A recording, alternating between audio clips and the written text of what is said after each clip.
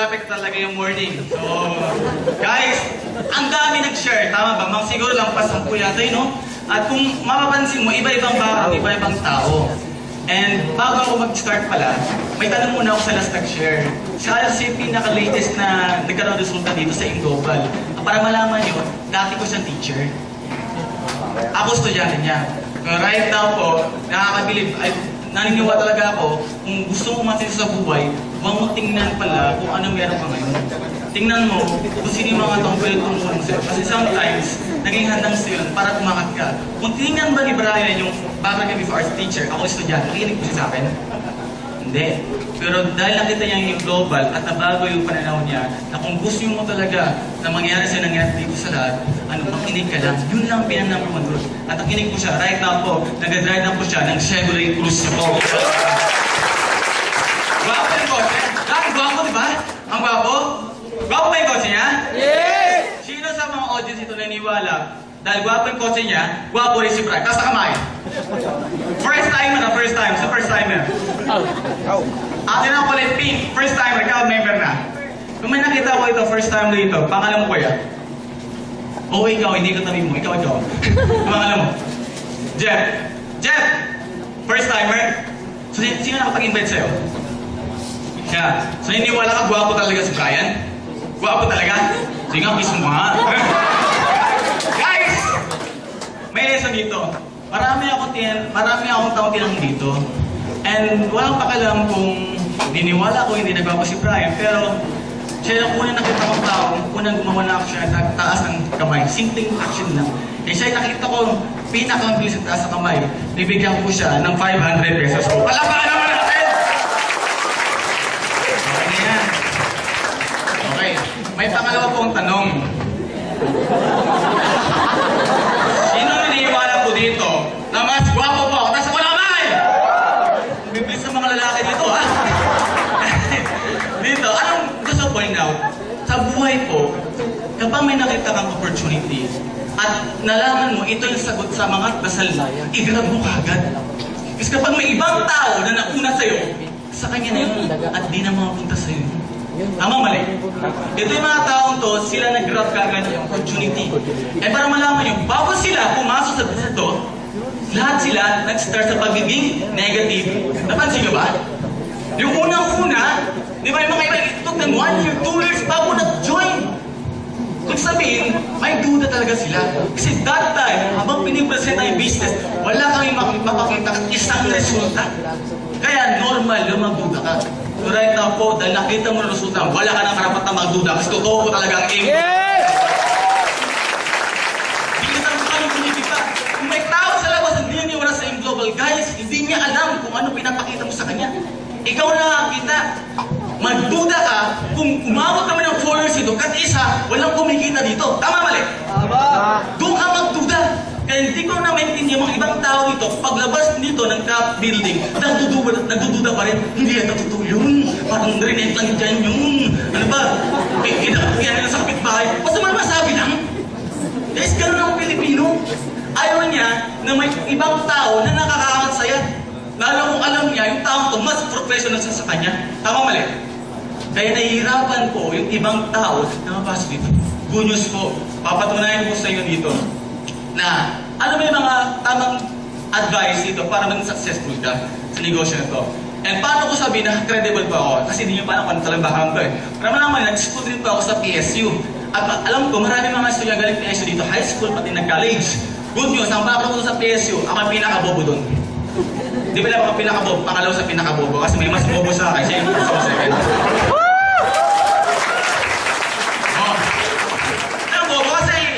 Sabi ito, bobo daw ako eh, kasi mababang grades ko eh.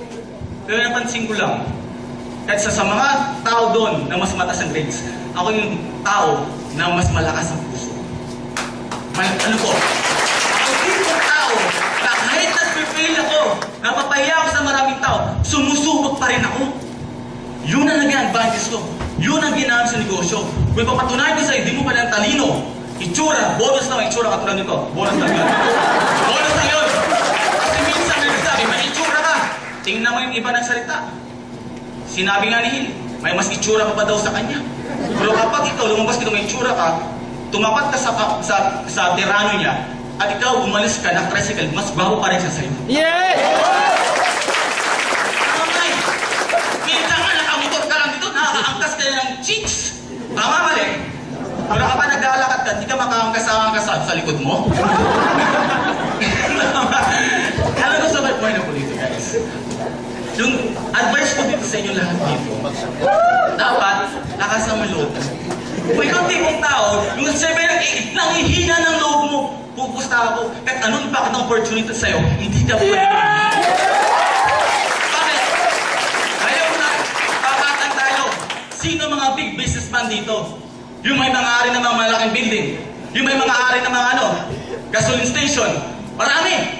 At kung malaman nyo, ang investment sa mga gasoline station, 20 million pesos. 3 years, babalik ang, investment mo. Napaka-risky pa. Ito malapit. Ang investment namin, hindi 20 million pesos. 7,980.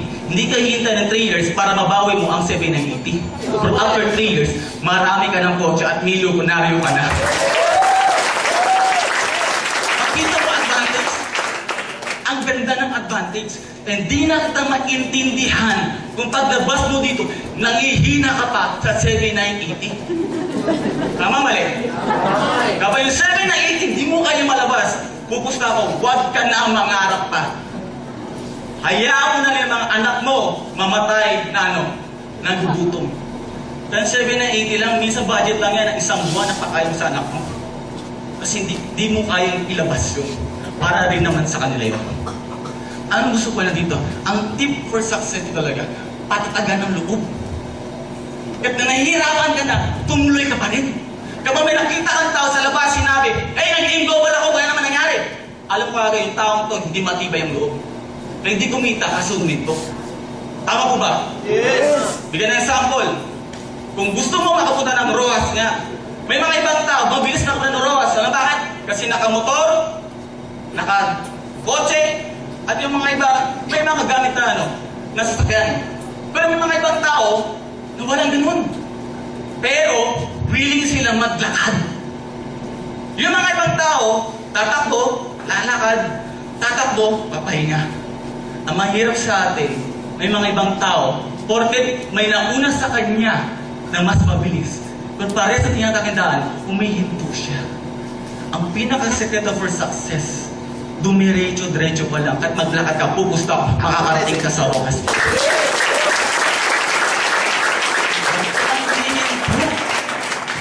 Kung merong na 10 years, magna 9 years na sa PSO, tinutuloy pa rin. Ikaw ba yan? 1 year lang, dito ka sa global. Tama ba? Tama mali. May 9 years na nakapagtiis. Ang malupit, may 10 years, tambay, masaya pa sa bahay. Grabe, 10 years, tambay ako, masaya pa. Guys, 1 year lang. Mag-commit ka, try mo yung business. 1 to 2 years. May mga ibang tao, kaya ko yung 1 year. Pero sinasabi nga, kaya ko! Pagdating ng tatong araw, ayaw mo na, bakit? Kinalejay ka ng girlfriend ko. Bakit tayo hinihingo? Pero guys, kapag ginanon, at ako para malaman nyo, at ako sa networking, lagi natandaan, walang komisyon sa emosyon. Ulitin nyo walang komisyon sa emosyon. Ang mga taong hindi naging successful, yung mga taong emotional. Kaya ulal. Sabi nga, ba't mas mataas ang rate ng mga lalaki naging successful? Kasi tingnan mo, kapag yung dalawang bahay, di ba? Kapag nag-away, tapos nagbati. After 1 to 2 years, nagbabackfight pa yung, bakit talaga umaling yan? Pero kapag nag-harapan pa, kumari. Tama ba? Tama ba? Nangyayari din. Emotional. Ang lalaki nag-away ng suntok ang pak. Pati ka agad. Tama ba? Nakaka-move on. Kaya kung ikaw lalaki ka, nag-global ka, huminto ka, baka hindi ka lalaki.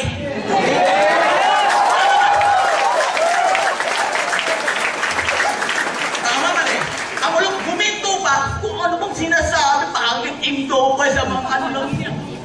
Yun ang bakla talaga.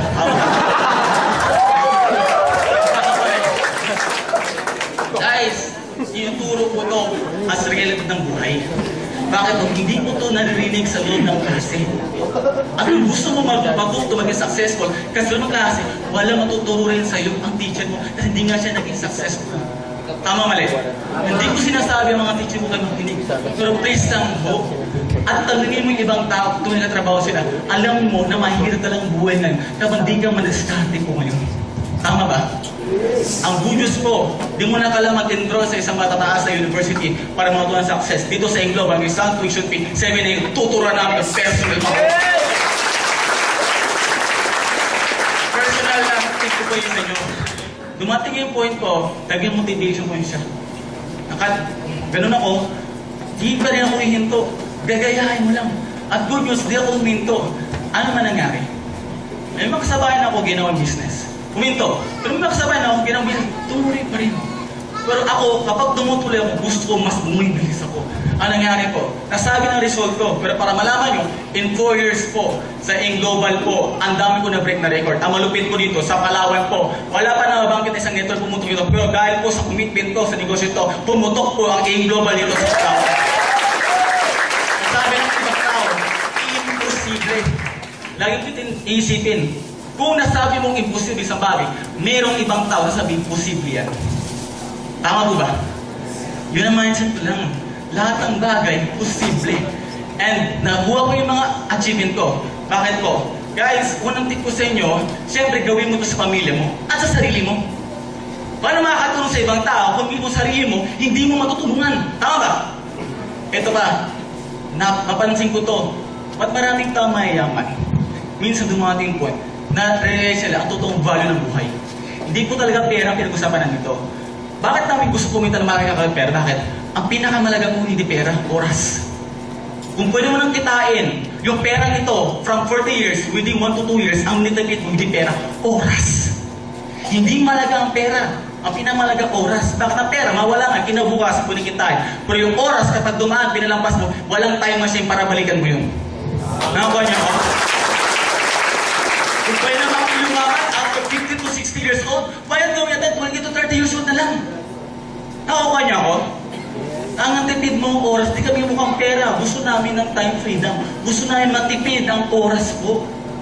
At dumating po ito, ang motivation namin, ba't may mga ibang tao, napansin niya, ang laki na naman kinikita ng mga taga-aim global. Ba't tumutuloy pa rin? Ito natutunan ko sa buhay. Guys, ang pinakamasarap pala, ang pinaka-essence ng buhay, ba't talagang bubuhay? Ilang para kung na pera at magkaroon ng maraming oras. Mas enjoy mong buhay kapag dumating point, nabubuhay ka, pero marami kang taong natutulungan. Ang pera nakakasawa, ang oras nakakasawa, pero tuwing araw-araw may nakita kang taong nagbabagong buhay, hindi po nakakasawa yun. Bakit po? Sabi ko sa sarili ko, nangarap ko ako. Gusto ko balang araw, sa Palawan ho, maraming taong mga bagong buhay. Pero bago mangyari yun, sabi ko, dapat baguhin ko naman yung buhay ko. Kasi wala maniwala sa akin. Good news, nabago ko ang buhay ko, nagkakotse ako. At doon po, maraming sumunod, nagkakotse. At ito malaki to. Guys, yung mga taong to na nagkakotse, iba na naman po nila. Kasi ang goal namin po, na-realize po namin, sa negosyo lang po to, kung nangangarap ka ng motor, hindi kotse, hindi motor ang bibigay sa'yo, kotse. At kung nangangarap ka ng kotse, hindi lang kotse bibigay sa'yo. Baka Montero pa, 4-wheel drive. At kung nangangarap ka ng 4-wheel drive, hindi na pala yung bibigay sa'yo, timulay ka. Pwede dumating point, pwede ka magawa ng sports ka. At right now po, I'm proud to say po, ako lang po, may Camaro po dito sa buong Puerto Princesa. Alam mo, may mga ibang tao dito mag-eds. Pero mga estudyante, alam ito, manak na ng Transformer. Si Bumblebee. Si Bumblebee ho, kotse po ni John D. Be proud of this business. Ba't po dinabas yan? Kasi naglabas ako ng kotse before para pakita sa mga tao ang Global nagkakaroon ng resulta. Ba't naglabas na ng ganyan? Gusto mo naman patunangay ngayon, ang Global, hindi lang siya business. This is a big time business. Huwag ka magtaka dati yung point. Mga nagkakotse, magkakaroon ng mga sports car na ganito. Bakit po? Ang AIM Global, common sense, AIM Global. Ang goal natin, hindi AIM Palawan, AIM Global. Bakit po? treat mo yung negosyo to as international business. Pero papakita ko sa'yo, kahit di ka nga mag-international, dito pala bro yung mga bakit ang lawak ng market natin. Gano'ng kalawak ang market natin? Mas marami tao, ay alam na yung produkto na yan, alam na yung mga marketing. Gano'ng kalawak yung marketing, yung market natin? Bumisita na sa bahay. Kapag yung may-ari ng bahay na yun, ang kape niya, Nescafe pa, market mo pa rin yun. Kaya ang goal namin, bawat bahay, kung nag-Nescafe, dapat mag-live yan. Kung nag-Milo yun, dapat mag-Metro ko yan. Kung nag-Sentro yun, dapat nag-Sentro ni Roxef. Ako gusto ako, marami pang tao hindi ginagamit yung produkto po natin. Kaya ang lawak-lawak ang market sa katawan. Hindi natin kailangan yung mga tao, yung mag-direct sa sa'yo. And mas positive sa akin, bakit po? Mas maganda nga kung yung tao nakakausap ko negative. Ibig sabihin, hindi pa siya in-global. Ang malupit, dahil sinabi mo, in-global ka na, oh, ganda nga yan, ganda nga yan. Alam mo ba in-global? Oh, ganda nga. Eh bakit pa? Kasi lahat kami member na. Ako, iba? Matakot ka kung lahat ng tao positive na. Kaya matuwa ka ngayon kasi marami pang taong negative dito sa negosyo to. At yun sila ang babaguhin natin ang paniwala mo dito. Bakit po? You're in the right track. Ano bakit? Ang next goal ko ho, di na po yumaman. Naging second goal ko, mabago yung mga buhay ng ibang tao. Nangyari hindi. Nangyari. Pero isang taong magong buhay, masarap eh. Yung third goal ko ho, kasama yung sinabi ko na Millionaires Project, ang third goal ko talaga po, na gusto i-share ko sa'yo, na higher goal ho, na dapat makita yung bakit. Tuwing nag-goal ako, nakukuha ko siya. Kasi alam ko po, naniniwala ko, na kapag may ginagawa ka, basta alam mo, kasama mo yung Diyos, bibigay sa'yo. Tama po ba? Anong third goal? Gusto ko baguhin ang tingin ng tao kapag pinag-usapan ang global at networking dito. Gusto ko po balang araw, ang Palawan po, hindi lang sisikat dahil sa Underground River. Sisikat po tayo sa buong Pilipinas. Ito ang probinsya na maraming pinayaman po sa buong Pilipinas. Bakit po? Para sabi daw ng ibang tao, ang ibang mga probinsya, mas maraming bangko, successful. Ibig na sample, nakapunta ng Iloilo, dami lang bangko. Ano bakit? Ang daming mayaman doon, pero ang trabaho nila, seaman. Iniiwan ang pamilya nila, 5, 10 years, 20 years. Tsaka uwi, maraming pera. Ano na, face naman. Oras na nakasama yung anak mo na lumaki.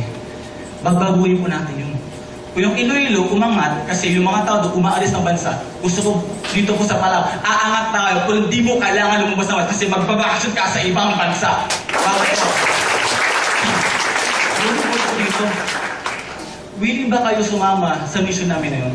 Yes! Na lahat ng mga taga-Palawan, babaguhin natin yung pananaw sa buhay. Kung negative ang mga tao sa kapitbahay, tutulungan siya maging positive.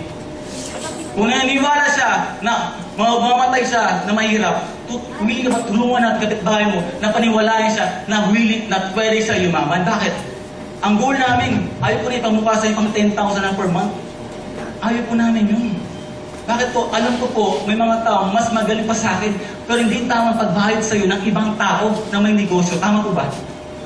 Kasi po, hindi kayo pang 10,000 per month. Naniwala ko po sa sarili ko, hindi tayo pang 10,000 per month, pang 10,000 tayo per week o per day ho. Guys, yung taas namin yung moral ng mga tao dito. Which is, kasabi po natin, ito yung mga encouragement na to. Hindi mo siya maririnig sa labas. At sabihin mo, nagugutom ka, pero kumusta ako? Nabusog ka naman sa mga encouragement at motivation at mga words of wisdom na narinig mo sa amin dito. Tama po ba? Yes! Busog ka nga sa labas, kausap mo naman puro mga lasenggo. Kausap mo naman mga walang kwenta pinag-usapan. Pinag-usapan naman, busog ka nga, pero wala nag-a-advise sa'yo para yumaman. Tama ba? Yes. So dito, for sure, wala nagutom. Bakit? Lahat na narinig ko, alam ko, yan ang naman. Kaya walang kwenta to kung hindi mo susubukan yung negosyo na to. Yes! Ano ba yung gusto ko na sa tayo? Sa Manila, po, ang mga nag-join sa global sa grupo ko, mga professional, UP doctors, engineer, architect, head ng isang restaurant. Malaman yung Cowboy Grill, yung pinaka-head nun, para may-ari nun, member ko ho, at sobrang active. Ano pa? May mga politician, may mga big businessman, nagiging active sa business. Kasi nakita na itong business na to ang mag-boom at mag-click in the future talaga. Paano ko masabi? Bakit? Sa Ateneo Lasal, ang network marketing po, ano siya? Kurso na. pinag-aaralan. Kung alam mo, AIM, Asia Institute Management, kung saan nag-aaral mga top CEO o yung mga mayan ng mga bigat company, ang network marketing to is crash course. Eh, huwag kang magtaka. Tapos sobrang dumami na tayo doon, mama sa Palawan po. Huwag kang magtaka kung sa PSU po, meron ng isang kurso ng network marketing po. Kaya tuturo pa kayo ito. Kasi kita po yun, malakas ang loob ko. Bakit po? Marami itong nag-aaral. Pero yung kurso nila, hindi nila nagagamit. Tama mali. Ang masakit ko, nagdabas ka ng pera, tapos ikaw pa magbabayad para magkaroon ka ng trabaho. Hindi, kung nurse ka, ikaw pa magbabayad para magkaroon ka ng experience ng hospital. Tama mali. Masakit isipin, pero realidad. Dapat ang pinapag-aralan mo, yung pwede mo magamit sa buhay. Okay ba ako? Kaya kami dito, kami, tulungan po namin kayo. And ang tip ko na lang po dito guys, yan, ilan ang question, diba? Bakit gusto ko na i-award yung vision ito ng grupo na ito? Bakit po? Sumama kayo hindi, kami tutuloy pa rin. Sumama kayo, for sure po, makikita nyo yung bigger picture kung gaano kaganda yung business. At masasabi sa makausap mo sa labas na negative, sayang. Nag-negative ka, hindi mo alam ang ganda-ganda ng business. Masasabi mo yung ako na pag-aral, naiintindihan mo siya gusto. Para malaman nyo, yung mga professional dito sa Palawan, hindi pa nga alam yung negosyo natin. Tama, mali? Wala, karami na video sa'yo, magsasaka. Empleyado na, mababa yung sweldo. Estudyante na nakagraduate. At they will come up point to, dito magtataka. Kung may mga mag-video ng mga manager, head manager, trainer na isang company, ginagawa yung negosyo. Kaya wag na dumating yung point po, sila, ginagawa ng full-time business, ikaw, pinag-iisipan mo pa rin ito. Nakaupuan niyo ba ako? Yes! Anong gusto ko sabihin mo dito sa inyo? Guys, matuto tayo sa panahon natin ngayon, mangarap ka ng mataas. Ang pangarap libre, huwag mo na tipirin. Tama ba? Ang taong pinakamahirap sa buong mundo, ang tao hindi yung walang pera. Ang taong pinakamahirap sa buong mundo, yung tao walang pangarap. Kasi nga, libre na nga, tinitipid mo pa. Tama po ba? And, putusa ako. Sa buong Palawan, ang laki-laki ng Palawan, I'm proud to say po, di lang Palawan pala, Pilipinas na. May nagsabi sa akin, bago nilabas yung kotse na yan. Ang word ng kotse na yan, napakalak talaga. Baka di mo yan hindi nyo ma-absorb. Sobrang lak talaga. Para malaman nyo lang yung gulong ng kotse, yung tire ng gulong, yung goma ng gulong ng kotse na yan, 15 mil kagad. Imagine mo, di ba malaw 780? Gulong na yan ng kotse ko eh. Buhay nyo ba? Tapos nangarap ka ng Camaro? Medyo may mali, di ba? May mali, tama ba? Ang gusto ko nandito guys. Guys, itong kotse na to, natalaman ko sa buong Pilipinas, 20 lang meron ganyan. Wait lang. Wait lang meron ganyan.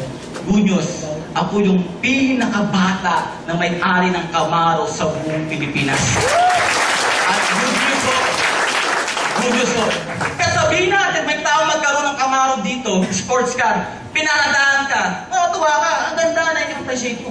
Pero hindi yan bababa at sasabihan ka, ito nakikita mo magkakaroon ka nito. Baka iwasan ka pa, baka kasi magasgasan mo pa. Tama ba? Pero ito sa negosyo ito, hindi na pinagkakait yung itong kotse. Bakit? Gusto ko matuto kayo mga ng mataas. Bakit? Ito nakita, balang araw, pwede rin kayo magkaroon ng ganyan. Bakit?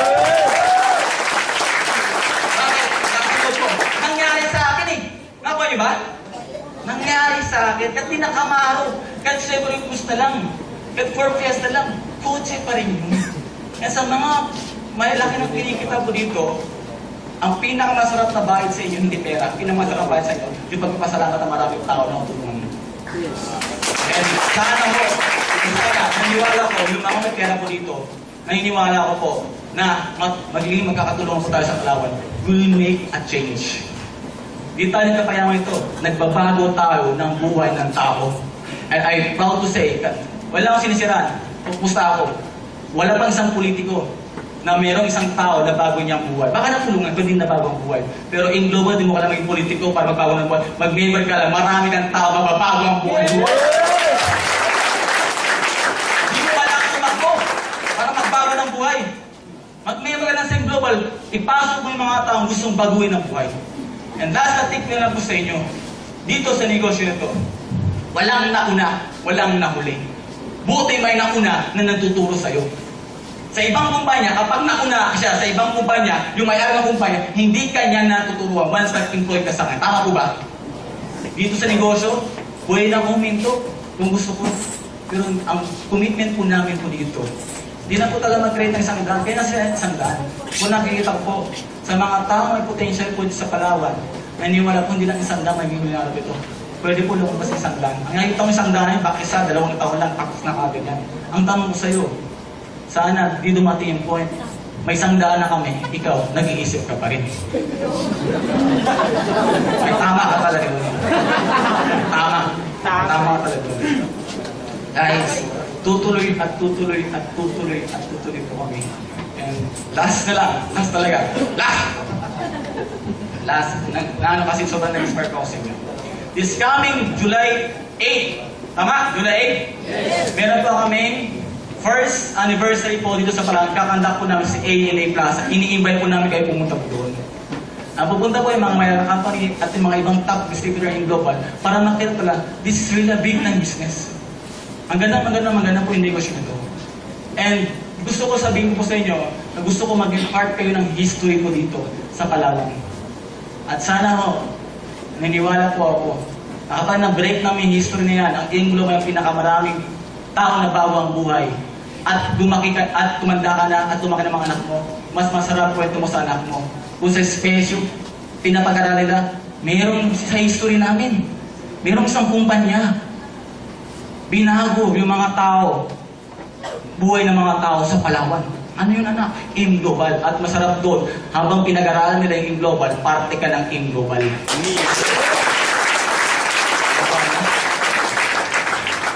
Isang kwento bago ako magtawas. Okay lang mo ba? Yes! Yung kwento ko na to, ito lagi kong ina-apply sa buhay. Tuwing may nakikita akong opportunity. Meron po, unang-unang panahon, alam niyo ba, yung mga tao, wala silang ilong. Wala silang ilong. Imagine nyo, alamat po ito wala daw silang ilong. Ang problema nila, tuwing may nakita silang bulaklak, pagkain, bulaklak, di lang amoy. Di naman kasi walang amoy ng paligid nila. Di lang matikman. Kasi kailangan mo ng ilong para makatikim ka, di ba?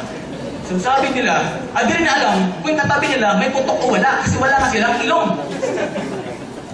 Lahat sila dasal. Bathala. Bigyan niyo po kami ng ilong para maamoy at ma-appreciate po namin ang buhay. Si Bathala, nag-reply. Nag-text ka, unlimited eh. Sabi niya, okay, kinabukasan, pagdating ng alas 3, dito sa lugar na to, magpapaulan ako ng maraming ilong. Maraming ilong na susobra pa sa inyo. Sobrang dami daw talaga. Yung mga tao excited, gumalat ang balita. Kinabukas daw si Bathala, magpapaulan ng mga ilong. Yung iba sobrang excited, alas 6 pa lang, nakabang na. Habang, ilong, baka may mauna dito. Yung iba, alas 2 dumating. Pagka alas 12, alauna, alas 2, alas 3, bumuhos na maraming ilong. Imagine mo, bumuhos na maraming ilong, nakatansikan ka na, ilong. Ang daming ilong yung nahulog lang kayo ng tao, pagkuha lang ng ilong. Ang ganda ng ilong. Ang bango. Ang ganda ng ilong ko. Yung mga ibang tao, nalaman nila, may ibang tao, natulog pa sa bahay. Kasi narinig sa balita, marami naman, darating na yun. Lumipas sa alas 4, alas 5, alas 6. Nagising na yung mga tao. Pagpunta sa lugar, totoo, maraming ilong. Kasi pagkuha nila, puro mga natataka na yung ilong nila. Wait lang! Tingnan yung katabi nyo, kaliwa, kanan. Okay na pa.